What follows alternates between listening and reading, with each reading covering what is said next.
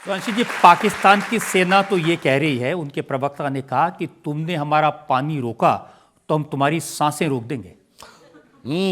ये देखिए, और ये हाफिज सईद ने कहा है उसके हाथ। यानी देखिए, कोई अंतर नहीं है। जो पाकिस्तान की सेना के प्रवक्ता हैं, उनका नाम है अहमद शरीफ, पर वो कितने शरीफ हैं कि उनके पिताजी वालिद वो यूनाइटेड नेशन सिक्योरिटी काउंसिल से डिजिग्नेटेड टेररिस्ट हैं, क्योंकि सन 2000 में उन्होंने ओसामा बिन लादेन को न्यूक्लियर टेक्नोलॉजी देने का प्रयास किया। अब आप सोचिए, ये जो पाकिस्तानी वर्दी है, इसकी वल्दियत में कितनी दहशतगर्दी है। अब आप समझिए। और एक और मैं गंभीर बात बताना चाहता हूं। एक किताब है न्यूक्लियर जिहादिस्ट, जो अमेरिका के असिस्टेंट डिफेंस सेक्रेटरी है, तो उनका नाम था डगलस फ्रांड्स, FRANTZ, और कैथरीन कॉलिंस। इन दोनों ने किताब लिखी। किताब 2007 में लिखी गई। एक चैप्टर नंबर 5 है, पेज नंबर 40 के ऊपर पूरा चैप्टर ही है द पाकिस्तान पाइपलाइन, कि किस ढंग से पाकिस्तान से हो रहा है। तो वहां की सेना के बारे में जो स्थिति है, मतलब ऑन द लाइटर नोट में कहूं, जिससे कोई गलती ना हो भगवान, जिससे गलती हो जाए वो इंसान, जो जानबूझ के गलती करे वो बेईमान, और जो गलती पे गलती करके पिटाई पे पिटाई झेलता रहे वो पाकिस्तान है। लेकिन सुधांशु जी, उन्होंने काफ़ी प्रोपेगेंडा किया है। बहुत सारे वीडियोस स्काई न्यूज़ पर भी, दुनिया के बड़े बड़े चैनल्स पर वीडियोस दिखाए कि कैसे उन्होंने भारत के एयरबेसेस को डिस्ट्रॉय किया, कैसे उनके मिसाइल्स सिरसा तक आ गई। इस बारे में दो बातें हैं। देखिए, वो कैसा बढ़िया प्रोपेगेंडा सिस्टम। उन्होंने कहा था भारत की एक वुमेन एयरफोर्स पायलट को उन्होंने अरेस्ट कर लिया। PTV ने कहा कि source is sky news, sky news ने कहा सोर्स इज PTV। और लास्ट में जब पाकिस्तान की आर्मी की प्रेस कॉन्फ्रेंस में कहा गया तो उन्होंने कहा नहीं, ऐसा कुछ नहीं है। दुख की बात यह है कि आज पाकिस्तानी मीडिया में भारत के कई नेताओं, कई यूट्यूबर्स, कई सो कॉल्ड इन्फ्लुएंसर्स के बयान कोट किए जा रहे हैं, सुर्खियां बने हुए हैं, पाकिस्तान की संसद में कोट किए जा रहे हैं, पाकिस्तान की मिलिट्री की ब्रीफिंग में उनका रेफरेंस दिया जा रहा है। पाकिस्तान जो भारत के विरुद्ध डोजियर दिया था उसने, उसमें नेता प्रतिपक्ष राहुल गांधी जी के बयान को कोट किया। वो राहुल गांधी को कोट करके कह रहे हैं कि देखो, हमने हिंदुस्तान के 5 एयरफोर्स के प्लेन मार गिराए। आप लोगों ने शायद सुना होगा एक वर्ड 30 मार खां। तो 30 मार खां की कहानी सुनी है क्या है? 30 मार खां माना जाता है कि एक जनाब थे, वो कहते साहब ये 30 मार खां है, 30 मार। तो उन्होंने कहा 30 लोगों को एक साथ मार दिया था एक ही बार में। कहा हाँ, मगर वो 30 कौन थे? उन्होंने कहा साहब 30 मक्खियां मार दी थी, इसलिए 30 मार खां कहलाते हैं। तो मुझे लगता है जो पाकिस्तान का क्लेम है, अब एक फैक्चुअल बात कहता हूं, न्यूयॉर्क टाइम्स अखबार हमारे पक्ष में तो नहीं लिखता है। आज तक उसके ज्यादातर जो राइट्स अप हैं वो हमारे अगेंस्ट में। 14 मई का न्यूयॉर्क टाइम्स जाके देख लीजिए, उसने साफ साफ कहा है कि जो भारत ने कहा है डैमेज करने के लिए, वो सैटेलाइट पिक्चर्स में डैमेज दिख रहा है। और जो पाकिस्तान ने क्लेम किया, उसने कहा आदमपुर एयरबेस उड़ा दिया। वहां प्रधानमंत्री ने जाके देखा, उसने कहा F-400 भी उड़ा दिया, ये कर दिया, वो कर दिया, सारा का सारा इंटैक्ट दिख रहा है। तो जो न्यूट्रल ऑब्जर्वर्स हैं उन्होंने बताया है, मगर अब क्या बताएं, पाकिस्तान को इस मुगालते में जीते रहने की आदत है। भारत के ज़्यादातर लोगों ने वो गीत जरूर सुना होगा, आओ बच्चों तुम्हें दिखाएं झांकी हिंदुस्तान की, इस मिट्टी से तिलक करो ये धरती है बलिदान की। ये 1954 की फिल्म है जागृति। इसकी नकल पे 1955 में पाकिस्तान में एक फिल्म बनी बेदारी, जिसमें हूबहू इन्हीं वर्डिंग्स का एक गाना बनाया गया, आओ बच्चों सैर कराएं तुमको पाकिस्तान की, जिसकी खातिर हमने दी कुर्बानी लाखों जान की। अब जाके चेक करिएगा, पाकिस्तान में ही उसकी पैरोडी बनी हुई है।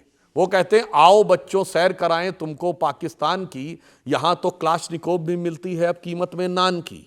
फिर आगे कहता है आओ बच्चों सैर कराएं तुमको पाकिस्तान की, ना बिजली ना पानी है और ना हिफाजत जान की। सुधांशु जी, कांग्रेस से एक नेता है विजय वट्टेटीदार, महाराष्ट्र में कांग्रेस के MLA हैं। उन्होंने कहा कि पाकिस्तान ने तो 15-15 हज़ार रुपए के ड्रोन भेजे, उनको मारने के लिए हमने 15-20 लाख रुपए की मिसाइल्स बर्बाद कर दी, बड़ा खर्चा कर दिया। वैसे ये कांग्रेस के नेताओं को कैसे पता कि कौन सी मिसाइल किस चीज के लिए लॉन्च की गई थी?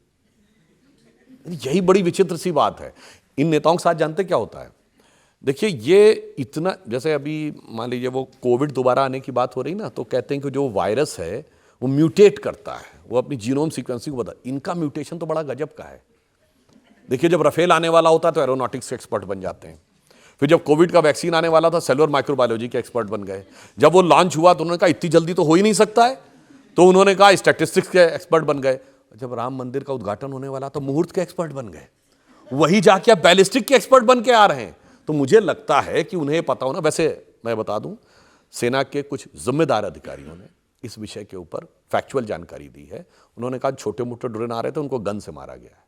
जो उनसे थोड़े बने थे उनको आकाश तीर से मारा गया है। हर चीज को मारने के लिए, मच्छर को मारने के लिए तोप नहीं चलाई जाती है।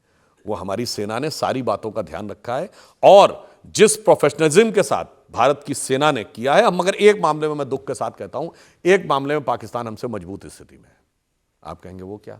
पाकिस्तान में वहां के सेना के ऑपरेशन पे कोई सवाल नहीं उठा रहा है। ना कोई यूट्यूबर, ना कोई इन्फ्लुएंसर, ना कोई नेता यहां पर अनेक सवाल उठा रहे हैं। बस इसी चीज को समझने की जरूरत है और इसीलिए ईमानदारी से प्रधानमंत्री जी ने एक प्रयास किया है, जो 7 डेलीगेशन भेजे हैं कि पूरी दुनिया को यह लगे कि भारत एक साथ है। और जो आपने कहा कि पाकिस्तान हमारे बयानों को यूज करता है, यह तो जब कांग्रेस सत्ता में थी तब भी यूज करता था। और ये मैं फैक्ट के साथ कह रहा हूं, समझौता एक्सप्रेस पाकिस्तान ने करवाया और यह बात एफबीआई और अमेरिकन एजेंसीज के इन्वेस्टिगेशन में भी आई। पहले आईबी कह रही थी कि पाकिस्तान ने कराया, अचानक आपने यू टर्न ले लिया और हिंदू टेरर की थ्योरी दे दी। पाकिस्तान कोट करने लगा, देखो भारत हमसे कह रहा है, ये कर रहा है। अब बताइए 26/11 मसूद अजहर ने करवाया और इनके नेता बयान देने लगे 26/11 इज एन आरएसएस कॉन्स्पिरेसी। अजीज बर्नी ने उस पर किताब लिख दी, उसका उद्घाटन हो गया। पाकिस्तान कहने लगा देखो ये। तो प्रॉब्लम क्या है, ये पाकिस्तान को कवर फायर सत्ता में भी देते हैं और पाकिस्तान को कवर फायर विपक्ष में रहते हुए भी देते हैं। मैं विनम्रता से कहना चाहूंगा, सीखना है तो हमसे सीखिए।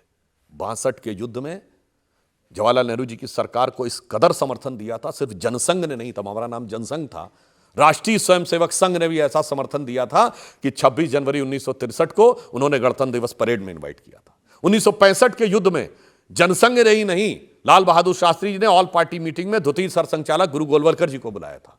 1971 की जंग में जिस ढंग से अटल जी ने इंदिरा जी का समर्थन किया था, वो पूरी आज तक कांग्रेसी कोट करते हैं।